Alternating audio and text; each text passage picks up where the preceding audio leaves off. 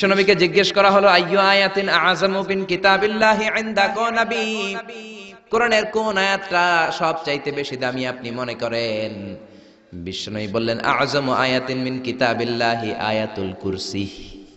সুবহানাল্লাহ। আল্লাহর কোরআনের মধ্যে 6666 আয়াত, কারো বর্ণনা মতে 6636 আয়াত, আরেক বর্ণনা মতে আরেকটা riwayat পাওয়া যায়। এই যতগুলো আয়াত কোরআনের মধ্যে আছে সবচাইতে দামি আয়াতের নাম আয়াতুল কুরসি, ঠিক কি না? এতগুলো আয়াত থাকতে এটার দাম এত বাড়লো কেন? এটার এত মর্যাদাপূর্ণ আয়াত কেন? 5টা কারণে এই আয়াতের দাম বেশি। জোরে বলেন কয়টা? 1 নম্বরে আয়াতের মধ্যে রব্বুল আলামিন নিজের পরিচয় দিয়েছেন। একটা মাত্র আয়াত, কিন্তু এত সুন্দর করে চমৎকার করে রব্বুল আলামিন নিজের পরিচয়টা একটা আয়াতে দিয়েছেন। গোটা কোরআন তন্ন তন্ন করে তালাশ করলে আর কোন জায়গায় এত সুন্দর পরিচয় আল্লাহর পাওয়া যায় না। কোন সুবহানাল্লাহ। এজন্য এই আয়াতটার দাম এত বেশি। আবার এই আয়াতের মধ্যে রব্বুল আলামিন তাওহীদের কথা বলেছেন। কিসের কথা? তাওহীদেরই মুর্শিদ আমার মুহাম্মাদের নাম বলো, মুহাম্মাদের নাম। আল্লাহর নাম জপলে বুঝতে পারি আল্লাহরই কালাম বলো, মুহাম্মাদের নাম। আল্লাহু আকবার। আল্লাহ তার একত্ববাদের ঘোষণা দিলেন, তিনি যে এক এবং একক।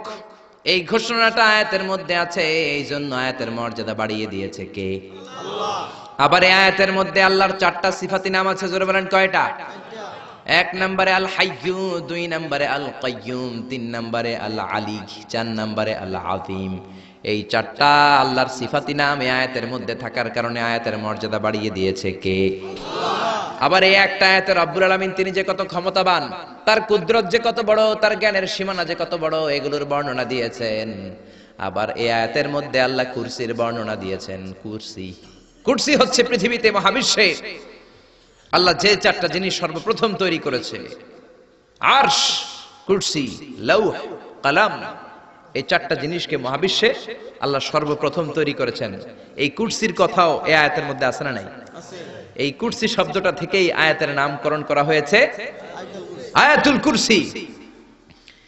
এরপরে বিশ্বনবী আপনাদেরকে বললেন মান কারা আয়াতুল কুরসি দুবুরা কুল্লি সালাতিন মাকতুবাতিন লাম ইয়ামনাহু মিন দুখুলিল জান্নাতি ইল্লাল মাউত।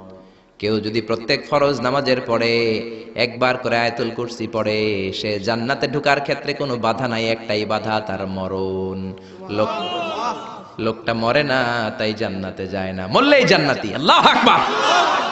এইজন্য প্রত্যেক ফরজ নামাজের পরে আয়াতুল কুরসি পড়ার দরকার আছে না নাই? It should be a special wazifa for every Muslim at every evening and every morning. After every congregational prayer you offer in mosque.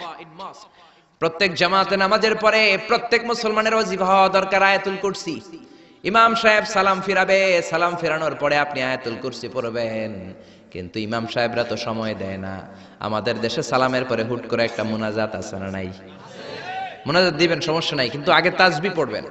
আমাদের দেশে এরকম আসসালামু আলাইকুম, আসসালামু আলাইকুম রাহমাতুল্লাহ, আমিন, ইয়া আরহামার রাহিম, শেষ। তো আপনি কি চাইলেন আল্লাহর কাছে? কি চাইলেন? আমিন, ইয়া আরহামার রাহিমিন। এত কম সময় কেন তোমার? জি বাংলা দেখতে তো তোমার সময় পাওয়া যায়, স্টার জলসা দেখতে সময় আছে, কিরণমালা দেখতে সময় আছে, বিপিএল এর খেলা দেখার সময় আছে, আইপিএল এর সময় আছে, আইসিসি এর সময় আছে, খুলনার সাথে কুমিল্লার ফাইনাল খেলা ওইটা দেখারও সময় আছে। কিন্তু আল্লাহর কাছে চাওয়ার সময় নাই। এক সাহাবী প্রতিদিন সালামের পরে দৌড় দিত, রাসূল বললেন এক নাইক বসো, কই নবী কাজ আছে, কই বেটা বস, আল্লাহর কাছে চা আমার কিছু চাওয়ার নাই। রাসূলকে কিছু চাওয়ার না থাকলে নুন চা বেটা, লবণটাও আল্লাহর কাছে চাও। তোমার পায়ের জুতা যদি ছিঁড়ে যায়, মুচির কাছে পড়ে যাবা, মুচির কাছে যাওয়ার আগে চাইতে হবে একজনের কাছে, তিনি কে? আল্লাহ। এজন্য প্রত্যেক ফরজ নামাজের পরে তাসবিহ পড়বেন। বিশ্বনবী তাসবিহ পড়তেন, এগুলো মানুষ জানেই না। বিশ্বনবী সালাম ফিরানোর পরে প্রত্যেক নামাজের পর সাহাবাদের দিকে মুখ ফিরিয়ে বসতেন। কিন্তু আমাদের দেশে শুধু ফজরের নামাজের পর আর আসরের নামাজের পর ইমাম সাহেবরা বসে, ঠিক কিনা? বাকি 3 নামাজে জোহর, মাগরিব, এশার পরে কি বসে? কি করে? সালাম আলাইকুম, সালাম আলাইকুম, আমিন, ইয়া আরহামার রাহিম, ঠিক কিনা? তো এত কম সময় কেন আপনার মিয়া? বিশ্বনবী ঘুরে বসে থাকতে পারেন, তাসবিহ পড়তে পারেন, আপনি কোন সলিমুদ্দি, কোন কলিমুদ্দি হয়ে গিয়েছেন। প্রত্যেক নামাজের পরে মুসল্লিদের দিকে ফিরে বসেন, বিশ্বনবী সালাম ফিরানোর পরে আসসালামু আলাইকুম ওয়া রাহমাতুল্লাহ, আসসালামু আলাইকুম ওয়া রাহমাতুল্লাহ সালাম ফিরানোর পরে আওয়াজ করে বিশ্বনবী বলতেন আল্লাহু আকবার। কি বলতেন? নামাজ শুরু করছেন আল্লাহু আকবার, সালাম ফিরায় শেষ তখনও আল্লাহু আকবার। তারপরে তিনবার পড়তেন আস্তাগফিরুল্লাহ আস্তাগফিরুল্লাহ আস্তাগফিরুল্লাহ, তারপরে পড়তেন আস্তাগফিরুল্লাহ আল্লাযী লা ইলাহা ইল্লা হুয়াল হাইয়ুল কাইয়্যুম ওয়া আতুবু ইলাইহি। তারপরে 33 বার সুবহানাল্লাহ, 33 বার আলহামদুলিল্লাহ, 34 বার আল্লাহু আকবার। আসরা নাই? আরেকবারও নাই, প্রত্যেকটাই 33 বার শেষ করবে লা ইলাহা ইল্লাল্লাহু ওয়াহদাহু লা শারীকা লাহু লাহুল মুলকু ওয়া লাহুল হামদু ইউহয়ী ওয়া ইউমীতু ওয়া হুয়া আলা কুল্লি শাইইন কাদির। এটা পড়ার পরে বিশ্বনবী আয়াতুল কুরসি পড়তেন। এরপরে পড়তেন আল্লাহুম্মা আনতাস সালাম ওয়া মিনকাস সালাম তাবারাকতা রাব্বানা ইয়া যাল জালালি ওয়াল ইকরাম। এরপরে পড়তেন রাদিতু বিল্লাহি রাব্বা ওয়া বিল ইসলামি দীনা ওয়া বিমুহাম্মাদিন নাবিয়্যা। তারপরে বলতেন আল্লাহুম্মা লা মানি'a লিমা আ'তাইতা ওয়া লা মু'তিয়া লিমা মান'আতা ওয়া লা ইয়ানফা'ু যাল জাদ্দি মিনকাল জাদ। এরপরে পড়তেন আল্লাহুম্মা ইয়া মুকাল্লিবাল কুলুবি সাব্বিত কুলুবানা আলা দীনিক, আল্লাহুম্মা ইয়া মুসাররিফাল কুলুবি সাররিফ কুলুবানা আলা তাআতিক।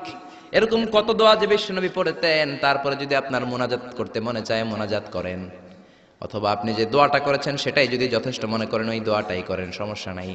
কিন্তু সালাম আলাইকুম আমিন ইয়া আরহামার রাহিমিন এটা করবেন, আর তাসবিহ পড়বেন। রাজি আছেন তো? এই দোয়াগুলো করলে আল্লাহ কবুল করে।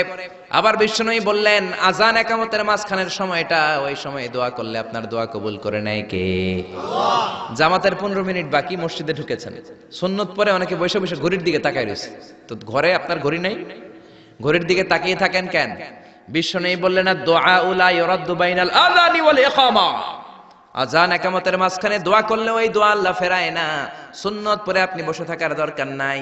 বাজারে যাওয়ার আগে যেমনি লিস্টি করে যান, পটল লাগবে, লাউ লাগবে, মাছ লাগবে, আল্লাহর কাছেও আপনার কি কি চাওয়া লাগবে কাগজের মধ্যে লিস্টি করে নিয়ে যাবেন। মসজিদে বসে বসে সুন্নত নামাজের পরে মুয়াজ্জিনের ইকামতের আগে ওইগুলো আল্লাহর কাছে চাওয়ার দরকার আছে না নাই? আবার বিশ্বনবী বললেন দুআ লা ইউরাদ্দু তাহতাল মাতার, বৃষ্টির নিচে দাঁড়িয়ে যখন তোমরা দোয়া করো ওই দোয়াটা কবুল করে কে? আল্লাহ। তুফান, থান্ডার, সাইক্লোন, টর্নেডো যেটা হয় ওই বৃষ্টিটা না, ভ্যাপসা একটা গরম, এই গরমটাকে দূর করে দেওয়ার জন্য দেখবেন ঝিরিঝিরি একটা রহমতের বৃষ্টি পড়ে, আছে না নাই? ওই দোয়ার নিচে দাঁড়িয়ে ওই বৃষ্টির পানি হাতের মধ্যে নিয়ে যদি আপনি আল্লাহর কাছে দোয়া করেন, দোয়া কবুল করে নিবে কে? আল্লাহ। বৃষ্টির সময় দোয়া করলে যে কবুল হয় এটা জানেই না, তো দোয়া করবে কেমনে? বৃষ্টির সময় দোয়া করবেন। আর এই দেশের মানুষ বৃষ্টি আসলে পাগল হয়ে যায়, গান বাজনা শুরু করে দেয়, আছে না নাই? এই বৃষ্টি ভেজা রাতে তুমি সইলা যাইও না, আছে না নাই? আরে বেটা দোয়া কর। আবার দেখি বৃষ্টি আসলে বড় বড় ডেক সেট বাজিয়ে দেয়, গান শুরু করে দেয়, বৃষ্টি পড়ে টাপুর টুপুর, পায়ে দিয়ে সোনার নূপুর, আঁকা বাঁকা মেঠো পথে কোন রূপসী হেঁটে যায়। কোন রূপসী হেঁটে যায় এটা জানা তোমার দরকার কি? তোমার রূপসী বউ লাগলে চাইবা একজনের কাছে, তিনি কে? আল্লাহ। এজন্য খবরদার, উপযুক্ত সময়গুলাতে আল্লাহর কাছে যদি আপনি দোয়ার মতো দোয়া করে দেন, আপনার দোয়া কবুল করে নেবে কে? আল্লাহ। এজন্য বিশ্বনবী বললেন খবরদার, ইযা আওয়াইতা ইলা ফিরাশিকা ফাকরা আয়াতুল কুরসি, রাত্রিবেলা যখন বিছানায় ঘুমাতে যাও, ঘুমাতে যাওয়ার আগে আয়াতুল কুরসি পড়ো। রাত্রিবেলা বিছানায় শুয়ে আয়াতুল কুরসি পড়লে জিন ভূত থেকে আপনার ঘরটারে হেফাজত করবে কে? আল্লাহ। রাতে ঘুমানোর সময় আয়াতুল কুরসি পড়বেন তো? It should be our special wazifa at every morning, at every evening for every Muslim. চিল্লায় বলেন ঠিক না? আবার বিশ্বনবী বললেন সকালবেলা যদি একবার আয়াতুল কুরসি পড়ো, সন্ধ্যা পর্যন্ত ফেরেশতা দিয়ে আপনারে হেফাজত করবে কে? আল্লাহ। আবার সন্ধ্যাবেলায় যদি একবার তুমি আয়াতুল কুরসি পড়ো, সকাল পর্যন্ত তোমারে গার্ড দিবে কে? আল্লাহ। এটা আল্লাহর পাঠানো গার্ড, এঞ্জেল গার্ড, ফেরেশতাদের গার্ড। টাকা দিয়ে বডিগার্ড যে রাখে ওই বডিগার্ড না। বডিগার্ড তোমারে বাঁচাতে পারবে না। অনেক মন্ত্রীর দুই দিকে বডিগার্ড, গুলি লাগছে মন্ত্রীর কপালে, সবাই যে বডিগার্ডের ধরে, এই বেটা 50,000 করে বেতন বডিগার্ড, মন্ত্রী মূল্য কেমনে? বডিগার্ড আমি তো বডিগার্ড, আমি তো রুহু গার্ড না। রুহুর মালিক কে? আমি তো বডিগার্ড। বডি তো ঠিকই আছে, বডি লয়ে যাও। জোরে বলেন ঠিক কিনা? এজন্য খবরদার, এই ওয়াজিফাগুলো মিস করবেন না। সকালবেলা যদি একবার ওয়াজিফা পড়েন আয়াতুল কুরসি, সন্ধ্যা পর্যন্ত আল্লাহ স্পেশাল ফেরেশতার গার্ড দিয়ে দিবে। আবার সন্ধ্যাবেলা যদি একবার আয়াতুল কুরসি পড়েন, সকাল পর্যন্ত আপনাকে গার্ড দিবে কে?